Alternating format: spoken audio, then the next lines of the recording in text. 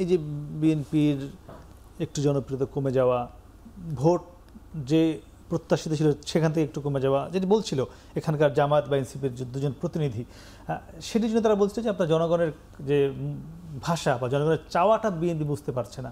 আপনি কি সেটি মনে করেন কিনা? বড় রাজনৈতিক দল এবং যে রাজনৈতিক দলটি জনগণের ম্যান্ডেট পেয়ে ক্ষমতায় যাওয়ার নিশ্চিত সম্ভাবনা থাকবে, তার বিরুদ্ধে অন্য রাজনৈতিক দলের ব্লেম করার অথবা ব্যর্থতা খোঁজার চেষ্টা একদম নিশ্চিত ক্ষমতা যাচ্ছেন নিশ্চিত, তা না হলে তো আপনার কমছে কেন জনপ্রিয়তা? কমার প্রশ্ন আসছে কেন?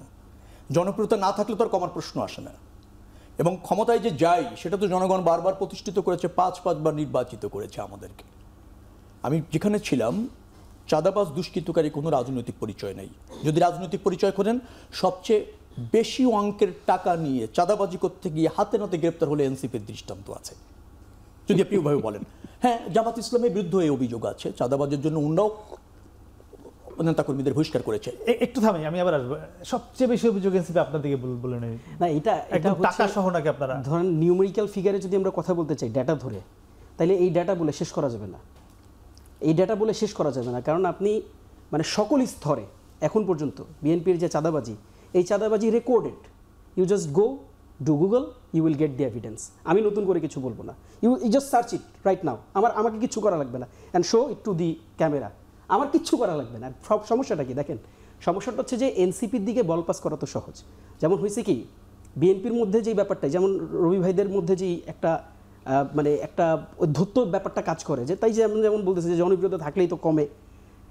এই যে ব্যাপারগুলো, যে ক্ষমতা যারা যাবে নিশ্চিত, এই ব্যাপারগুলো আমার কাছে মনে হচ্ছে এটাও একটা রিজন যে তাদের জনপ্রিয়তাটা কমাচ্ছে। আমার কাছে মনে হয় দেখেন, মানুষ, এই যে একটা প্রবাদ আছে, যে যত নত সে তত উন্নত। কাজেই যে যত নত বেড়া। এখন তো রাজনীতির যে প্যারাডাইম শিফটিংয়ের যে কথাটা বললেন, এখন বাংলাদেশের মানুষ এই ধরনের অধ্যত্বপূর্ণ মন্তব্য শুনতে চায় না।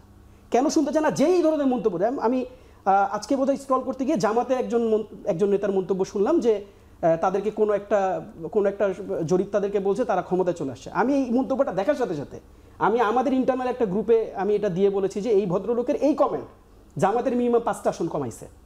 কারণ আপনি ঠিক যেই মোমেন্টে মানে মানুষের চিন্তার বাইরে গিয়ে কথা বলবেন, মানুষের আসবো। ঠিক বলছিলেন যে রবি ভাই, যে জামাতেরও এই অভিযোগ রয়েছে। আমি একটু কথা বলতে চাই। আমার মনে হয় 30 সেকেন্ডের একটা বক্তব্য আমার স্লটে রেখে আপনি অ্যানসার নেওয়ার জন্য যদি 2 মিনিট করে দেন, সেটা মনে হয় আমার মনে হয় যে একটা ভুল তথ্য যায় মানুষের কাছে। আমার বক্তব্যটা শেষ করতে যাওয়া উচিত ছিল।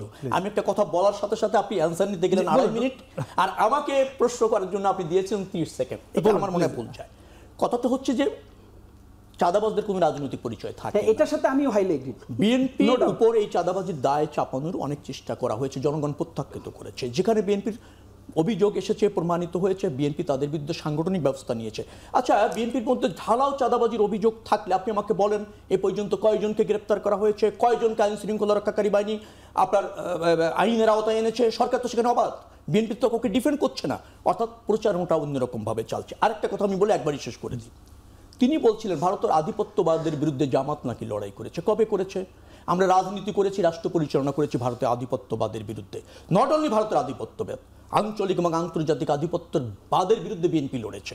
এবং জামাত ইসলামে আপনি যদি যান, আমরা ক্ষমতায় থেকেছি, ভারতের আধিপত্যবাদ বিরুদ্ধে রাষ্ট্র পরিচালনা করেছে। রাষ্ট্র পরিচালনা করেছে ভারত মনে করে জামাত সবচেয়ে বড় আধিপত্য। আপনি আমাকে দেখেন, শ্রী রাধা দত্তের সাথে যখন কথা হলো জামাতের, বলছে তারা বাংলাদেশের শরিয়া আইন করবে না ভারতের। তারপর তারা বলেছে তারা ভারত বিরোধী সেন্টিমেন্ট না এবং ভারতের সাথে তারা কাজ করবে। বাংলাদেশে ভারতের স্বার্থ বিরোধী কোন রাজনীতি তারা পছন্দ করে না, প্রশ্রয় দেবে না। কারা বলছে? ভারতকে খুশি করার জন্য এই চেষ্টা কাদের? নিশ্চয়ই তাদের। আমি বলতে চাচ্ছি যে রাজনীতিতে এগুলি থাকবে। বাংলাদেশকে ধারণ করে বাংলাদেশি জাতীয়তাবাদী দলই রাজনীতি করেছে এবং যার জন্য জনগণ বারবার বাংলাদেশ জাতীয়তাবাদী দলকে নির্বাচিত করেছে এবং আগামীতেও বাংলাদেশ জাতীয়তাবাদী দলের উপর আস্থা রাখে, এটা আমরা নিশ্চিত। নিশ্চয়ই বাংলাদেশ জাতীয়তাবাদী দলে জানে কিভাবে জনগণের সমর্থন। চাঁদাবাজি